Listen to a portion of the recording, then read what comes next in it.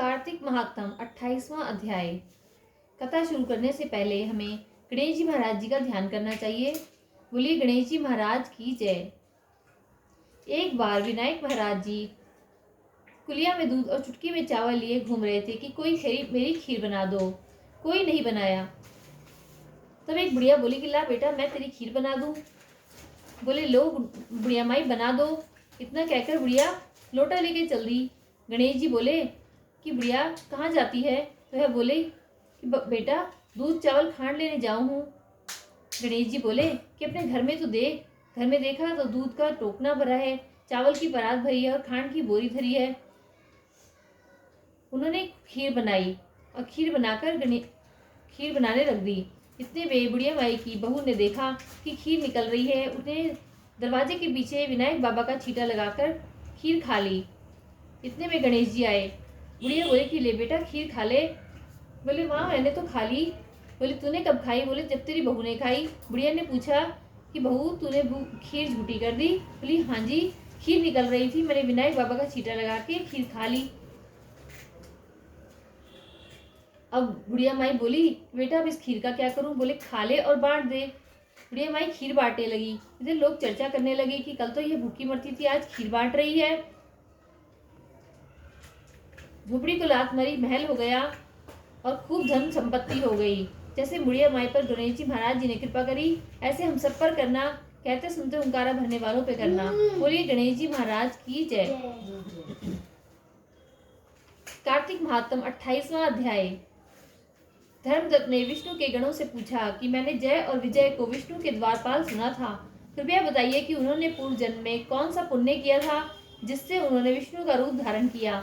गण बोले कि विप्र तृण बिंदु की कन्या देवहूति पर कर्दम ऋषि की दृष्टि पड़ने से ही उनके 2 पुत्र उत्पन्न हुए। उनमें से बड़े का नाम जय और छोटे का नाम विजय था। इसके बाद उसी देवहूति ने कपिल देव जी को भी जन्म दिया। जय और विजय सदा विष्णु को की भक्ति में लीन रहते थे। भगवान में ही अपने हृदय को लगाकर दोनों अत्यंत धर्मात्मा हुए।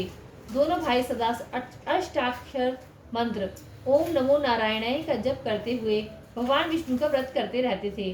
पूजा के समय विष्णु भगवान इन्हें साक्षात दर्शन देते थे। एक बार मरुत नामक राजा ने जय और विजय को यज्ञ में बुलाया। देवता और ऋषि इन दोनों का सम्मान करते थे। वे दोनों यज्ञ में गए। यज्ञ में जय को ब्रह्मा बनाया गया और विजय को आचार्य का स्थान दिया गया। दोनों ने मिलकर यज्ञ संपन्न किया। यज्ञ के अंत में स्नान करके मरुत ने उन दोनों को बहुत सारा धन दिया। धन लेकर दोनों भाई अपने स्थान को चले आए। विष्णु के पूजन और भगवान प्रसन्नता के लिए उस धन को आधा आधा बांटने के लिए सोचने लगे और दोनों में बहस हो गई। जय ने कहा कि यह धन बराबर आधा आधा बांटना चाहिए। विजय ने कहा कि नहीं, राजा ने जिसे जो दिया है वह उसी का रहेगा। तब मन में दुखी और क्रोधित होकर जय ने विजय को श्राप दिया कि तू प्राप्त किए हुए धन को नहीं दे रहा है, अतः तू ग्राह हो जा।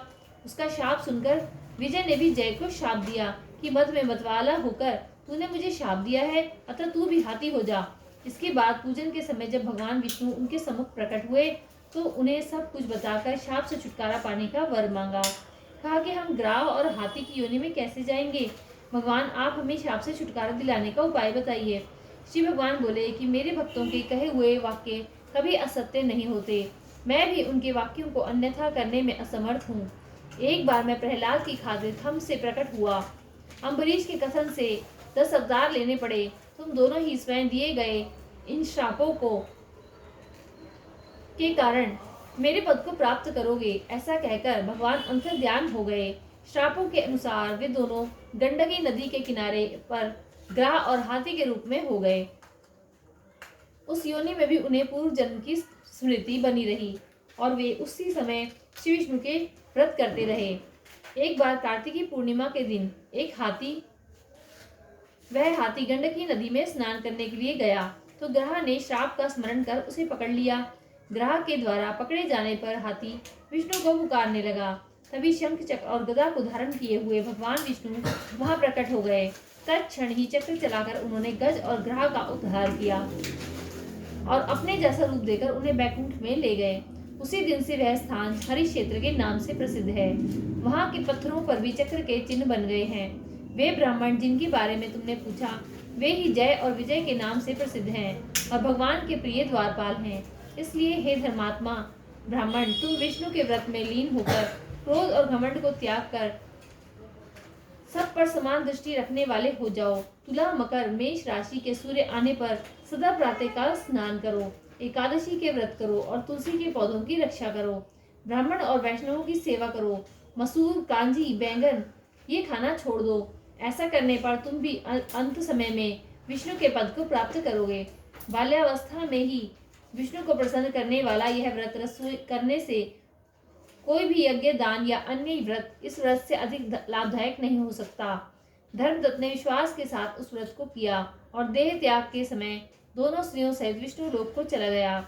इस प्राचीन काल की कथा को जो कोई भी मनुष्य सुनेगा, भगवान की कृपा से वह हरि के पास पहुंचने वाली भक्ति को प्राप्त करेगा। बोलिए कार्तिक के ठाकुर की जय, तुलसी मैया की जय।